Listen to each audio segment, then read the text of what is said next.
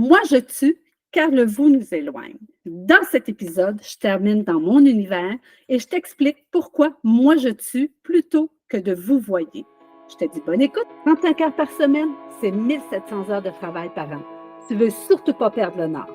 Pour préserver ton esprit d'aventurier au travail, tu as besoin de ta boussole. Rien de plus simple, inscris-toi à Espace Co-Création. Avec juste une adresse courriel, tu vas recevoir ta boussole.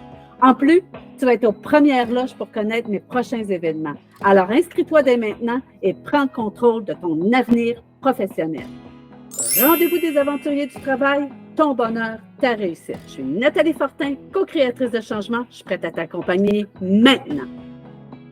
Alors, salut les aventuriers et bienvenue dans cet épisode. Donc, aujourd'hui, j'avais le goût de répondre. J'ai souvent ce questionnement-là d'employés ou de gens que je côtoie qui me disent, j'observe que tu tutoies, peux-tu me réexpliquer pourquoi tu le fais? Donc, en gros, on aime à savoir pourquoi moi je tue plutôt que de vous voyer.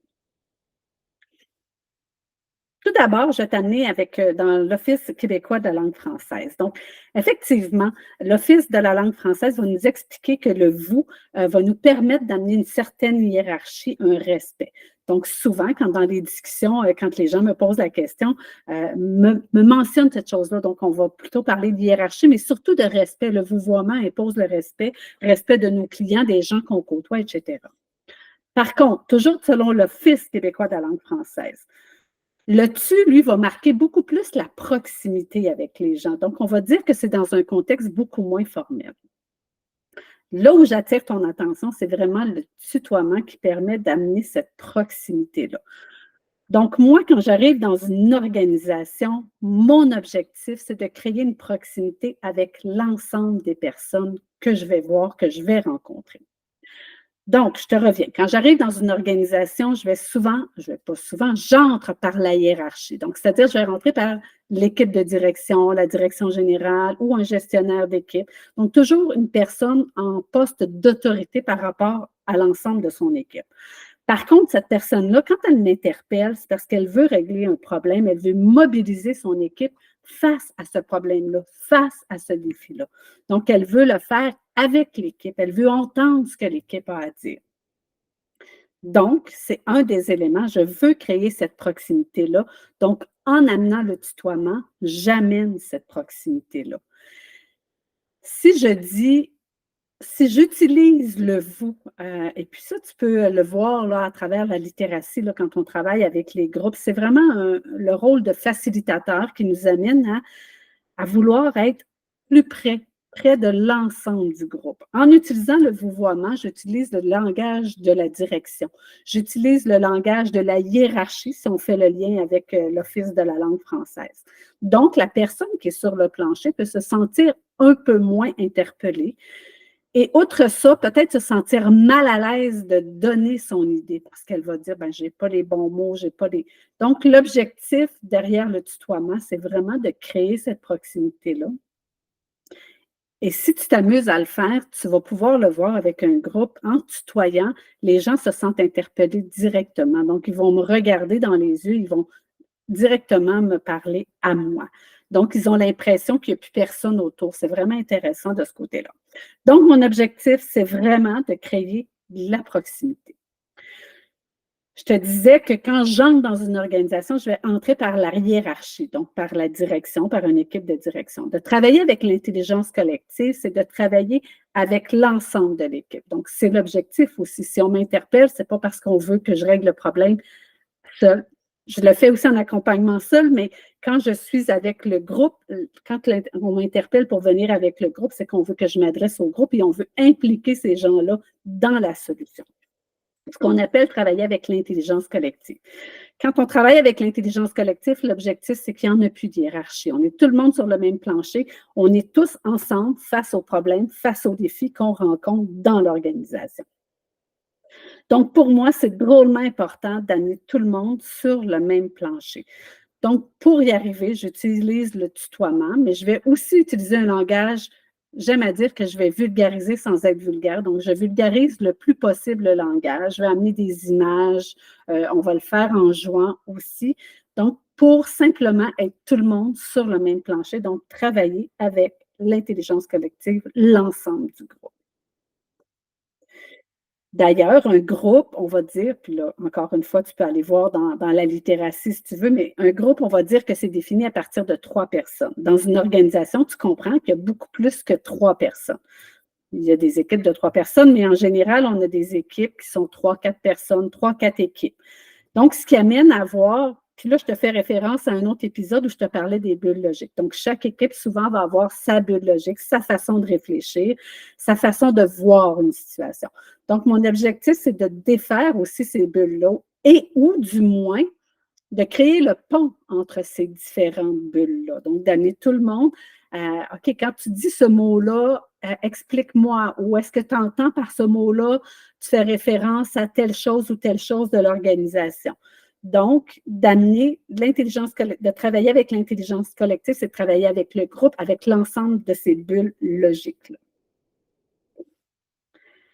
Autre élément super important, quand je mon objectif à moi d'accompagnement, c'est aussi de stimuler la créativité. Donc, sinon, ben, on va prendre les méthodes traditionnelles et on va avoir des solutions traditionnelles, si tu veux.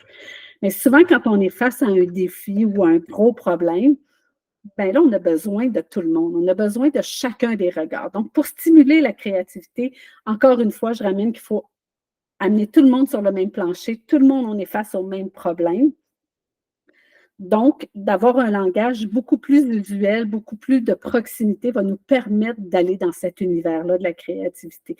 Je vais oser sortir une idée farfelue parce qu'on est vraiment dans le côté proximité des gens. On est ensemble dans ce défi-là, dans cette aventure-là.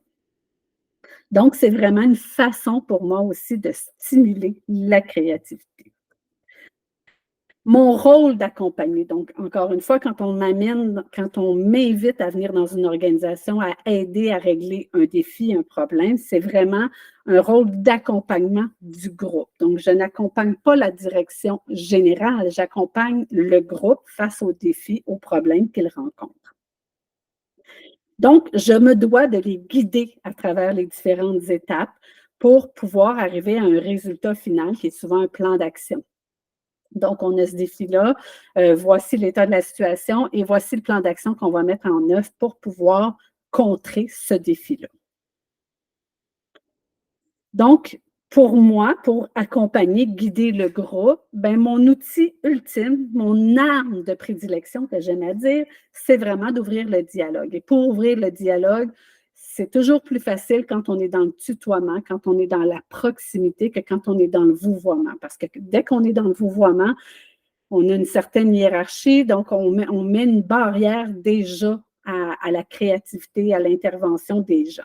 Donc, c'est vraiment, encore une fois, toute cette notion de proximité, de créer une relation finalement entre nous tous, mais face à un défi. Donc, on est ensemble dans cette aventure-là, face à ce défi-là. Donc, à travers cet épisode, je te résume tout ça que pour moi, le tutoiement va vraiment me permettre non seulement d'amener la proximité avec les gens, donc de chacun se sente interpellé dans l'aventure, dans le projet pour lequel on est là. C'est de travailler avec l'intelligence collective. Donc, pour moi, j'ai besoin de chacun des individus. Chacun va apporter un bout d'information que l'autre n'aura pas. Et c'est drôlement important pour régler un défi, un problème.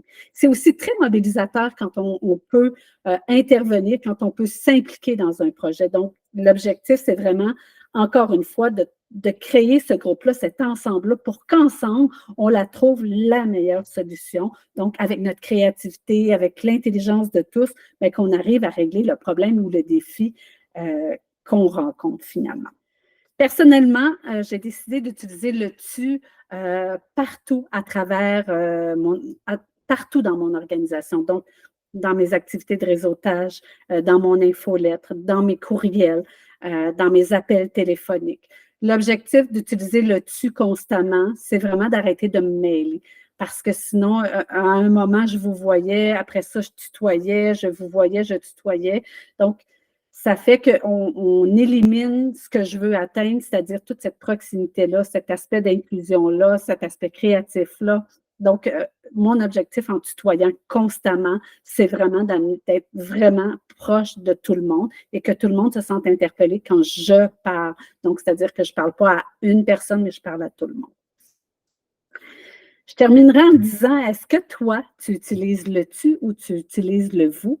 Et dans quel contexte tu tutoierais, toi, dans ton travail?